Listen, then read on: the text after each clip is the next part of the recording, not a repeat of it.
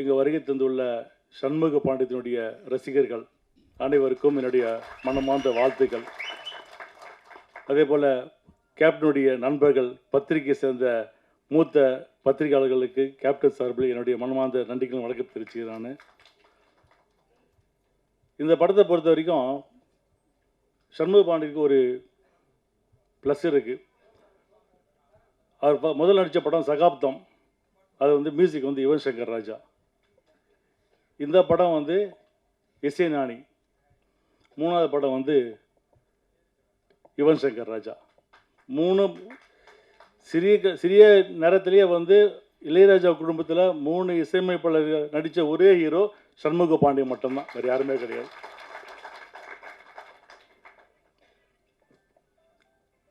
Ponram sir, நான் உங்கள் பெரிய ரசிகர் சார். நான் உங்கள் படம் வந்தேன்னா என்னுடைய ஃப்ரெண்ட்ஸு குரூப்புடைய வாட்ஸ்அப் குரூப் என்ன தெரியுமா? வருத்தப்படாத வாலிப சங்கம், விபிவிஎஸ்ன்னு வச்சுருக்கானது இன்னும் இருக்குது. அன்றைக்கி உங்களுக்கு காட்டியிருப்பதானது. சார், நீங்கள் வந்து என்னை ஹீரோ ஆகணும்னு ஆசைப்பட்டீங்க, ஆனால் எங்கள் மாமா என்னை ப்ரொடியூஸ் ஆகிட்டார். நான் ப்ரொடியூசர் ஆகி 25 இயர்ஸ் கம்ப்ளீட். வல்லரசு படம் முடிஞ்சு 25 வருஷம் கம்ப்ளீட்.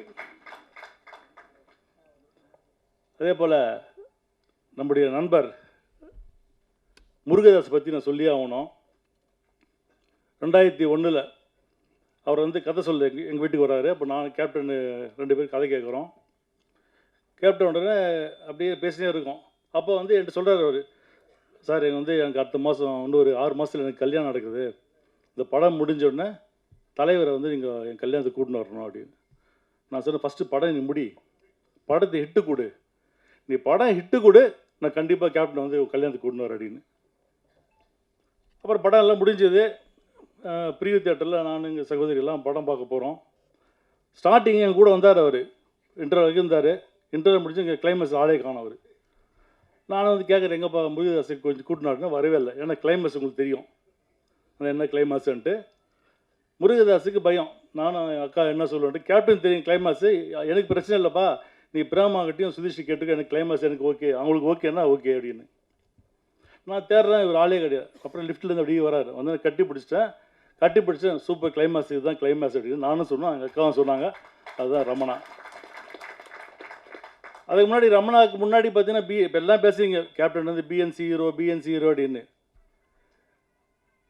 ரமணா படம் வந்த உடனே ஏ சென்டர் ஹீரோ நம்ம கேப்டன் தான். ஏன்னா எனக்கு மெட்ராஸில் நிறைய இந்த நார்த் இந்தியன்ஸ் ஃப்ரெண்ட்ஸ் நிறைய பேர் இருப்பாங்க. அப்போ பார்த்தீங்கன்னா சத்யம் தியேட்டரில் எல்லா படம் டிக்கெட் கேட்பாங்க, நான் வாங்கி கொடுத்துருக்கேன். ரமணா படத்துக்கு கிட்டத்தட்ட ஒரு 50 நாள் டிக்கெட் நான் வாங்கி கொடுத்தேன். மெட்ராஸில் இருக்கிற எல்லா நார்த் இந்தியன்ஸுக்கு பிடிச்ச ஒரே படம் ரமணா தான். அந்தளவுக்கு அந்த படம் ஓடியது. அதுக்கப்புறம் படம் ஹிட்டாச்சு.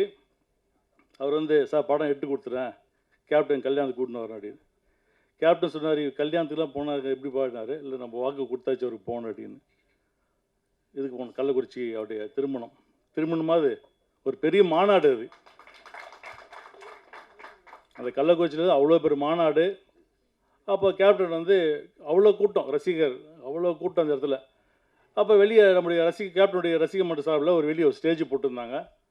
அங்கே போய் சும்மா பேசினார், அரசியல் பேசினார். அங்கே தான் ஆரம்பித்தது தேசிய முற்போக்கு திராவிட கழகம் உங்கள் கல்யாணத்தில். அதனால் கள்ளக்குறிச்சி எப்படியும் கள்ளக்குறிச்சின்னு கூட்டு பண்ணி 2 வாட்டி அங்கேயே நின்ட்டான்னு. 2009 வரைக்கும் 19 கள்ளக்குறிச்சியில் நிற்க வச்சுட்டீங்க. அதே மாதிரி சசிகுமார் சார் ஞாபகம் தெரியல எனக்கு. 2000 வல்லரசு ஹிட் ஆயிடுச்சு. சார் வந்து இப்போ நரசிம்மா படம் ஷூட்டிங் போய் ப்ராசஸ் இருக்குது. அப்போ சார் வந்து என்னை பார்த்தாரு. இப்போது ஞாபகம் இருக்குது சார் உங்களுக்கு? அப்போ வந்து ஏதோ படம் பண்ணுறதுக்கு பிளான் பண்ணோம், அது நடக்காமல் போச்சு. ஸோ சசிகுமார் சார் அப்போ வந்து எங்களுக்கு பழக்கம், எங்கள் ஃபேமிலிக்கு நல்ல பழக்கம். விரைவில் வந்து சம்மு வச்சு ஒரு படம் பண்ணுவார், எனக்கு நம்பிக்கை இருக்குது. எனக்கு பண்ணணும் அவர். நான் சுதீஷ் வந்து இப்போ பிரேமநாத் வந்து அரசியல் பேசாமல் போவாங்க அப்படின்னு. அரசியல் பேசுவோம், ஆனால் இந்த மேடை கிடையாது, அதுக்கு வேறு மேடை இருக்குது. இந்த மேடையை பொறுத்த வரைக்கும் பத்திரிகை நண்பர்கள் அனைவரும் எல்லாம் உங்கள் கையில் தான் இருக்குது. கேப்டனை தூக்கி விட்டுட்டு நீங்கள் தான் அதனால் சண்முக பாண்டிய கேப்டன் இல்லை இன்றைக்கி. இப்போ அந்த மாதிரி சொன்ன மாதிரி தாய் மாமன் அந்த முறையில் நான் பேசுகிறேன். நான் சண்முக பாண்டியனை உங்கள் கையில் நாங்கள் ஒப்படைக்கிறோம். நல்ல இடத்துல அவர் வந்து சேர்க்க வேண்டியது பொறுப்பு என்று கேட்டு, இந்த படத்தை இயக்கிய அன்பு அவர்கள் வந்து அவர் எனக்கு வந்து டைரக்டர் தெரியல, எனக்கு இந்த படத்தை ப்ரொடியூஸ் மாதிரி தெரியாது. எனக்கு எல்லா விஷயமே அவர் தான் பார்த்தார். என்னை பொறுத்த வரைக்கும் இந்த படம் வெற்றி பெறும். இதே இடத்துல மீண்டும் உங்கள் அனைவரையும், அதாவது சண்முக பாண்டியனுடைய ரசிகர்களையும், தேமுதிகவுடைய தொண்டர்களையும், நம்முடைய பத்திரிகை நண்பர்களையும், சினிமா அனைவரும் சேர்த்து ஒரு மாபெரும் வெள்ளி விழாவை நடத்துவோம் என்று கூறி, மீண்டும் அந்த விழாவில் சந்திப்பேன் என்று கூறி விடைபெறுகிறேன். நன்றி, வணக்கம். செய்திகளை உடனுக்குடனும் துல்லியமாகவும் தெரிந்து கொள்ள சப்ஸ்கிரைப் பண்ணுங்க.